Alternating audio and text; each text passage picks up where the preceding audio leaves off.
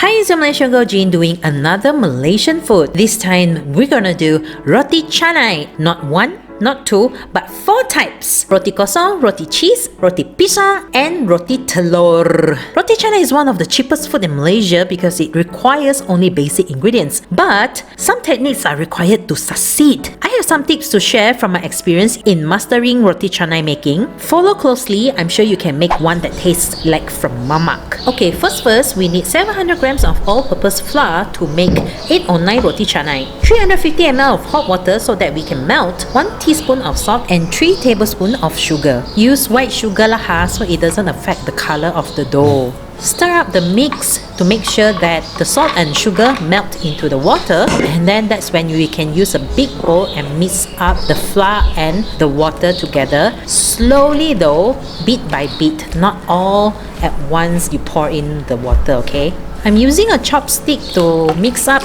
the water and the flour so that my fingers won't get sticky with the wet dough. You can use spatula as well. And then when the flour and the water incorporates together already, you see less of the dry flour.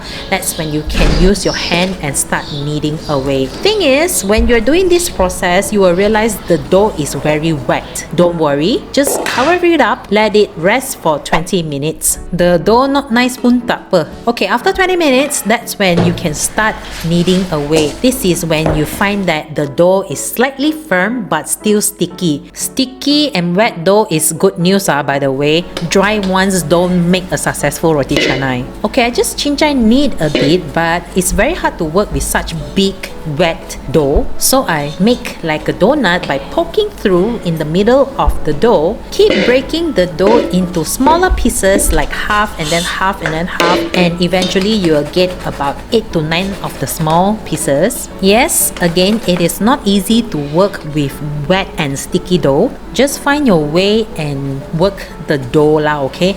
For me is when I find it's too sticky, I'll knead a little bit to make it slightly firm, and then that's when it's easier for me to break. Okay, the next step is to knead the little pieces until they became a smooth little ball. See, the surface is smooth, licin. The kneading process takes a while okay? Make sure you warm up your wrist before doing so, or else your wrist will be very painful the next day. Place the little balls into a grease container, meaning brush with oil already lah. When the little balls are already in the container, brush on more oil and then just put in the fridge overnight. The little balls can stretch better the next day. Remember to take out from the fridge an hour before start making Roti Canai, okay? First, gotta flatten the little ball with your palm as much as you can. Put more oil on it as it helps stretching.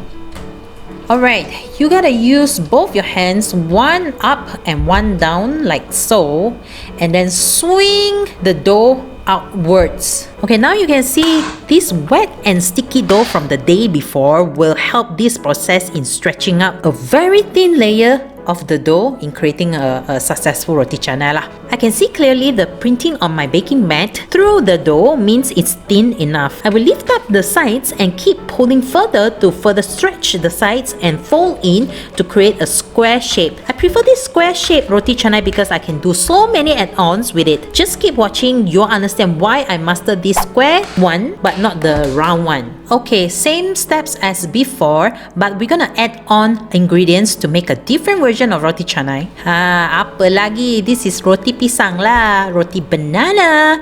So just cut out thin slices of banana and then place them in the middle, however much you want. I put in 9 pieces of it and then sprinkle some white sugar and then just fold them like how I did before. Just remember, every time before you fold in, stretch it out and then only fold in. And then just pan fry these Roti Canais on a flat pan. I'm using my Tosei flat pan. Remember to sprinkle some oil before frying them. And of course, from time to time, you gotta keep flipping back and forth to check whether they are cooked properly until golden-goldenan.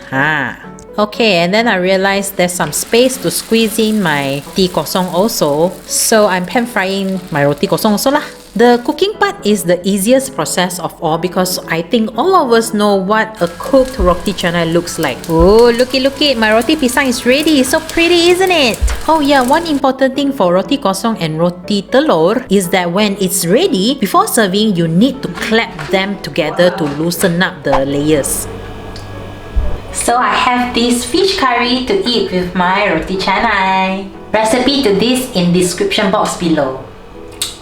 Okay, thing about this roti canai is that I don't think anyone will succeed making a very thin and mama-like roti canai on your first attempt. So the more you practice, the better you will get, okay? Wow, see, so stretchy and soft, and the layers, ooh. Let's try my roti kosong first.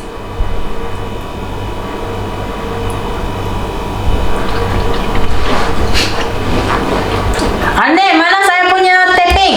Tepeng. Tepeng is go Chinese hawker only order one. Mama is teh ice. But really, like now like this is also super already. Ooh. Some more my home cooked punya fish curry. Okay. Because this time I have an assistant to help me to shoot. Let him eat also.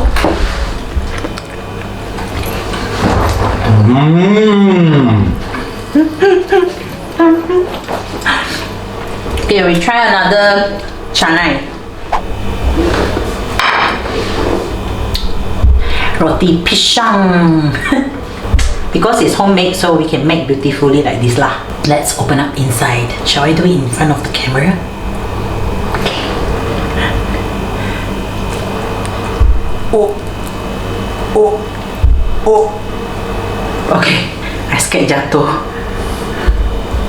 Woo! I don't know about you all, but my roti pisang I got deep with curry one.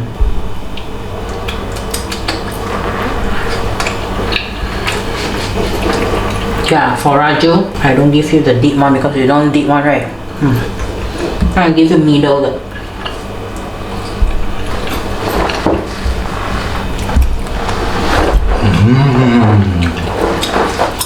Another one, the cheese one, BRB.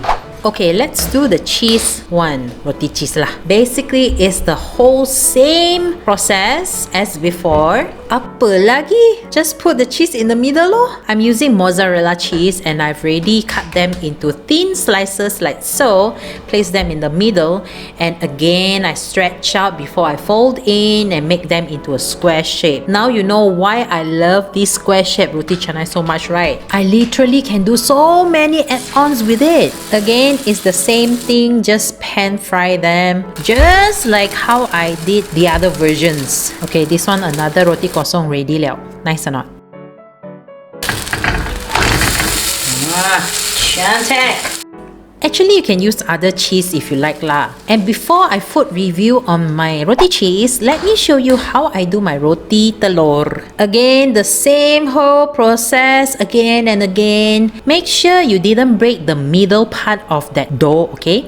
And then just pour in your egg in the middle. I only pour half of the egg because my roti canai actually not very big lah, very small only. And then I fold in like usual and then quickly pan fry it. This one cannot wait, okay, because the egg will leak out. Again, don't forget to sprinkle some oil on the pan before you pan fry your roti canai. You know, as I'm editing this video, I'm thinking I can actually even do roti telur cheese. Basically, it's just the same thing that I did just now, only that it's together. I can pour in the egg first and then lay the cheese on top and fold in and then just pan fry them. Maybe you can comment down below what different versions would you do, huh? Okay, this is the very important step, the clapping. Oh, I hate this.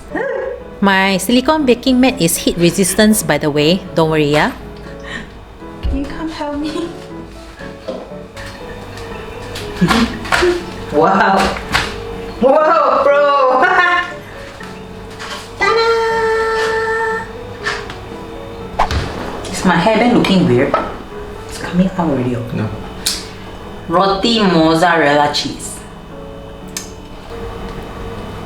You guys watch how much cheese I put in it, right? Like legit mozzarella cheese.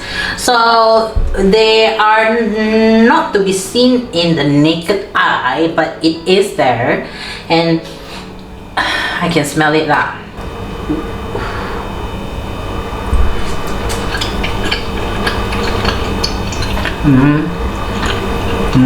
There is this very subtle savory taste that somewhat enhances the whole roti canai taste.